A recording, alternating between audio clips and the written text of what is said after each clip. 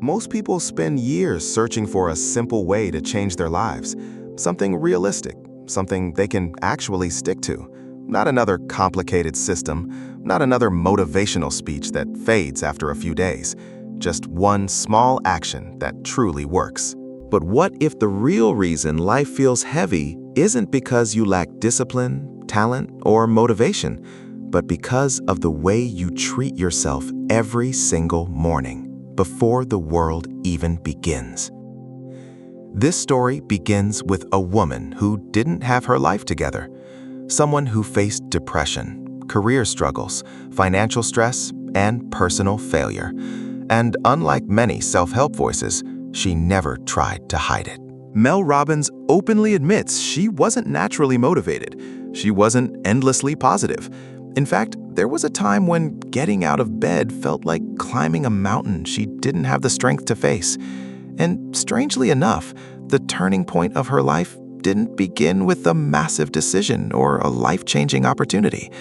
It began in front of a mirror on an ordinary morning when she felt completely defeated. Like many of us, Mel would wake up, look at her reflection, and immediately start criticizing herself.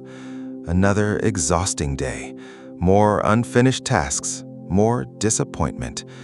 The mirror didn't feel like a place of encouragement. It felt like judgment. And over time, that quiet daily habit of self-criticism slowly shaped how she saw herself and her future. Because the truth is, most people don't start their day supported. They start it already losing an internal battle. One morning, standing there, tired, discouraged, and emotionally drained, Mel did something unexpected, almost ridiculous. She lifted her hand and gave her reflection a high five. The same gesture we naturally give friends when celebrating success or sharing excitement. It felt strange at first, even silly. But something unexpected happened in that moment. Her brain reacted differently. For the first time in a long while, she didn't see failure staring back at her. She saw someone worth encouraging. That tiny action created a psychological shift. Instead of treating herself like an enemy, she treated herself like a teammate. And that moment became the beginning of what she later called the high five habit, a deceptively simple practice that slowly rewires how you relate to yourself. The idea isn't magic. Mel never claims miracles. What she discovered was far more powerful. The brain associates a high five with success, trust, and celebration. When you raise your hand toward another person, your nervous system interprets connection and approval. And when you do that toward yourself, something profound happens. You send a signal of acceptance without needing proof, achievement, or validation from anyone else. Most people only celebrate themselves after big wins, after promotions, after achievements, after external approval. But life isn't made of constant victories. In fact, the days when nothing extraordinary happens are often the days we need encouragement the most. Mel realized she had spent years waiting for a future version of herself to finally deserve love and respect. Meanwhile, the present version of her felt abandoned. And this realization exposes something uncomfortable. As children, we were celebrated for small things, drawing a picture, learning something new, simply trying.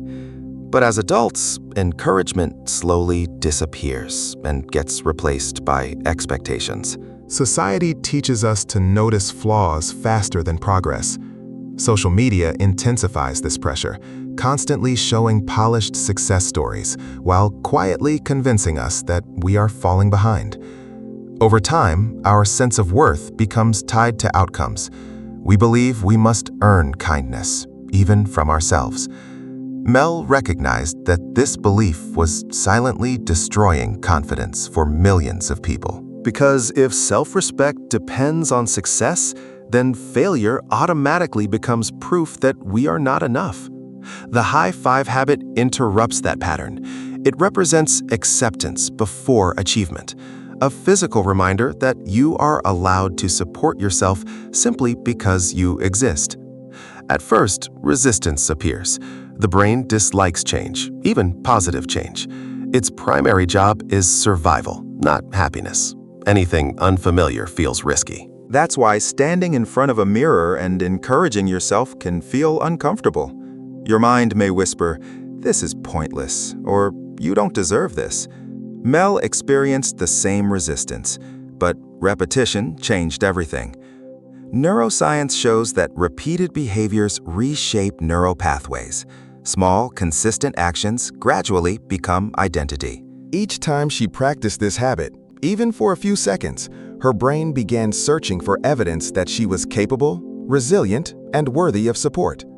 Confidence didn't arrive suddenly. It accumulated quietly. One of Mel's most powerful insights is simple yet uncomfortable. Don't wait to feel motivated before taking positive action. Action often comes first. Motivation follows later. Just like exercise feels difficult at the beginning but rewarding afterward, self-encouragement works the same way. You act first, and emotion catches up. She emphasizes that life transformation rarely comes from dramatic events. Instead, it emerges from tiny habits repeated daily.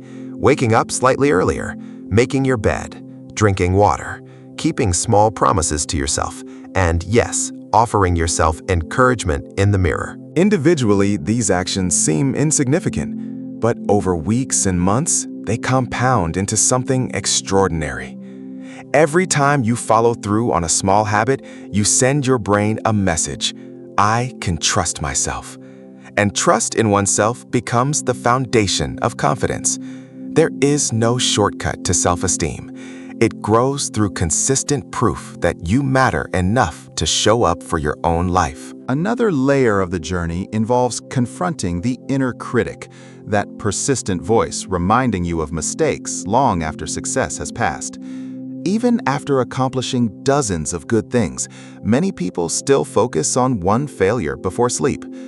Mel admits that this voice never completely disappears. Years of conditioning, comparison, and criticism create it. But she learned something essential. You don't have to believe every thought you hear. When negative self-talk begins, separating yourself from it weakens its power. Instead of thinking, "This is who I am," you begin to recognize, "This is just a passing thought." The high five habit acts as an interruption, a reminder that perfection was never the goal. Acceptance is.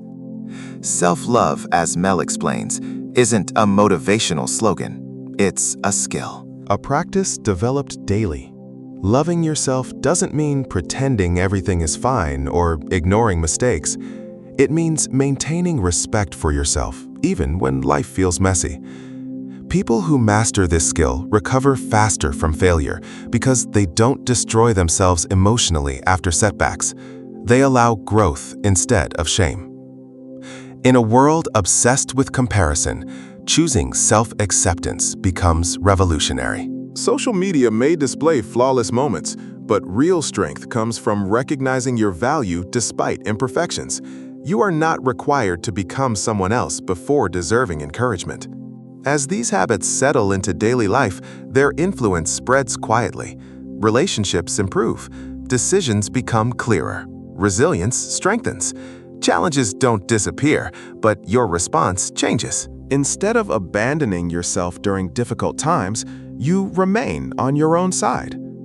Many people have navigated crises in careers, relationships, or mental health, not because circumstances suddenly improved, but because they learned to stop fighting themselves internally. Every morning high five becomes a symbolic reset, a reminder that today is another chance to begin again. Mel's final message is deeply human. This journey never truly ends. Each day you stand before the mirror and acknowledge yourself. You take another step toward peace, confidence, and emotional stability. Not because life became perfect, but because you learned to move forward alongside your imperfect self, rather than against it. And perhaps the most powerful realization of all is this: reality is often shaped by the relationship you build with your own mind. Change doesn't always begin with massive action. Sometimes it begins with raising your hand, meeting your own reflection, and deciding for the first time to stand with yourself instead of against yourself.